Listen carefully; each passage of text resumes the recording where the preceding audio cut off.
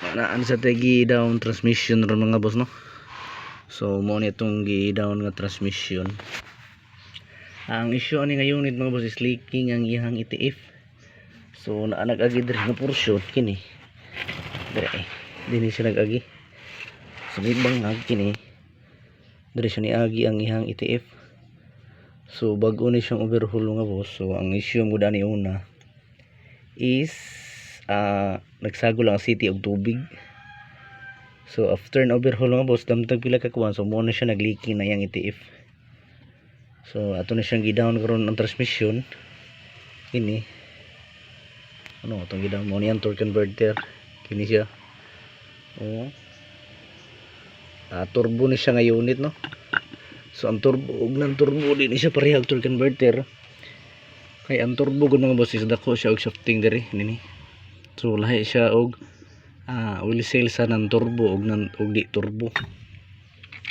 So di siya pareha og oil seal sa turbo og nan turbo. So mo ni siya ang problema diri nag-leaking ari ni moagas yang ETF dinhi. Namo ni siya arim diri mo kakos yang oil seal kini. Ari siya mo diri maka fix. Nakasaksak ni siya diri kini nga portion. Once ang yang oil seal damage na or dili na siya kayo mukapit sa iyang shafting diri sa iyang torque converter, so nagud siya possibility nga moagas ang iyang ETF so ari agi diri kay diri ni nakataw yung oil seal nya diri gisalpak iyang torque converter. So nigtuyok sa iyang torque converter once nga na naman siya pressure once matuyok, so iyang ETF moagas padung diri mo na ari moagas ari lusot.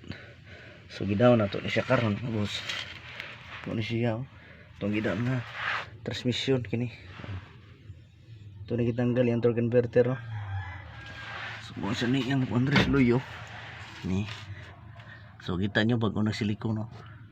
So Beta 3 atong gigamit nga silicone paggamit na to sa overhauling.